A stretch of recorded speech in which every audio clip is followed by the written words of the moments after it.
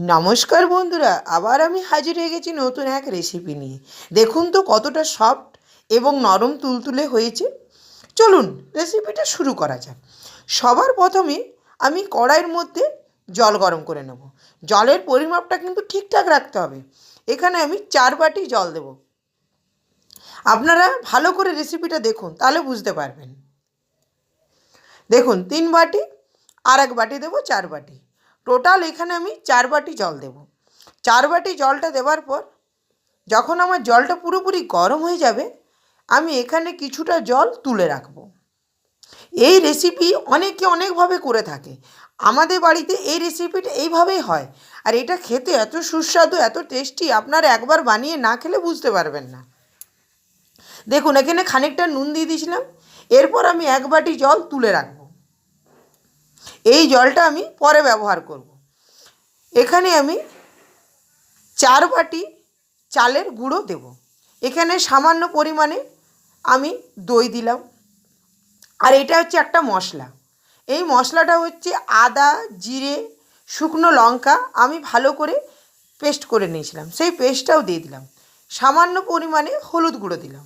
এখানে কিন্তু আমি দই ব্যবহার করেছি। আপনারা দইয়ের জায়গায় এখানে উড়দ ডালও পেস্ট করে দিতে পারেন, কিন্তু দই দিলে টেস্টটা ভালো লাগবে। এরপর আমি এখানে যে চালটা মেপে রেখেছিলাম 4 বাটি, সেই চালটা দিয়ে দিলাম। আঁচটা একদম সিম করে ভালো করে নেড়ে নেব। দেখুন এভাবে নাড়তে নাড়তে আমার দেখুন জলের প্রয়োজন হবে, আমি অল্প অল্প করে জল দিতে থাকবো। একসাথে অনেকটা জল দিলে কী হবে, পরিমাপটা বোঝা যাবে না। সেই জন্য এই রেসিপিটা আমি এইভাবেই করে থাকি। দেখুন এরপর আমি 1 হাতা করে জল উঠাবো আর কড়াইয়ের মধ্যে দিতে থাকবো। দেখুন এভাবে আমি মেখে নেব। আর আমি একটা জিনিস দিতে ভুলে গেছিলাম, কালো জিরে। কালো জিরেটা আমি আগে দিলে ভালো করতাম, কিন্তু ভুলে গেছিলাম, আমি এখন দিয়ে দিলাম। আপনারা আগেই দিবেন। দেখুন এরপর আমি ঠান্ডা করে নিয়েছি। ঠান্ডা করে আমি এরপর থালার মধ্যে ঢেলে নেব। খুব বেশি ঠান্ডা হবে না। দেখুন এইভাবে ভাবটা একটু উঠছে, একটু গরম থাকতে থাকতে ভালো করে মেখে নিতে হবে। দেখুন আমার এখানে অল্প পরিমাণে জল লাগবে। আবার আমি এরপর ঠান্ডা জল দিয়ে ভালো করে ডোটা মেখে নেব। আপনারা ভালো করে রেসিপিটা দেখুন, তাহলে বুঝতে পারবেন। এটা হচ্ছে চালের লুচি। চালের লুচি অনেকে তো অনেকভাবে করে থাকে। আমাদের বাড়িতে এইভাবে চালের লুচিটা তৈরি করি। দেখুন এটা খেতে এত টেস্টি, এত সুস্বাদু, আপনারা একবার অন্তত বানিয়ে খাবেন, তাহলে বুঝতে পারবেন। দেখুন এভাবেই আমি অল্প অল্প করে জল দিয়ে ভালো করে ডোটা মেখে নেব। এটা কিন্তু ভালো করে মাখলে খেতে এবং করতে দুটোই সুবিধা পাবেন। এটা কিন্তু মাখার উপরে এই লুচিটা খুব সুন্দর হয়। দেখুন আমার ডোটা মাখা হয়ে গেছে। এরকমভাবে মেখে নিয়েছি। বাকিটা আমি ঢাকা দিয়ে রেখে দেবো, যখন করব তখন পুরোটাই মাখবো।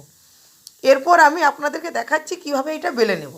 আমি একটু করে ডো নিলাম হাতে, এভাবে একটু গোল করে নেব। এরপর আমি এখানে চাকতি বেলনার মধ্যে একটু তেল লাগিয়ে নেব। দেখুন এভাবে তেল লাগাবার পর আমি বেলবো। এটা কিন্তু আটা বা চালের গুঁড়ো দিয়ে বেলবেন না, এটা তেল দিয়ে বেললে এটা কিন্তু বেলাটা খুব সুবিধা পাবেন।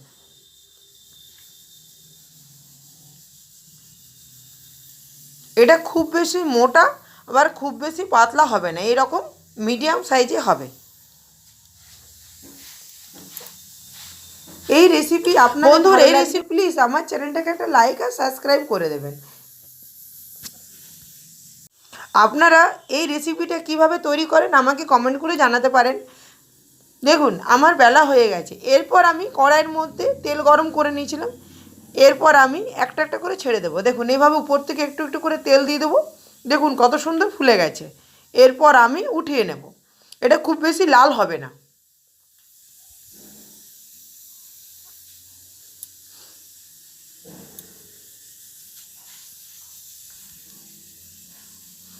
এভাবে আমি সবগুলো ভেজে নেব।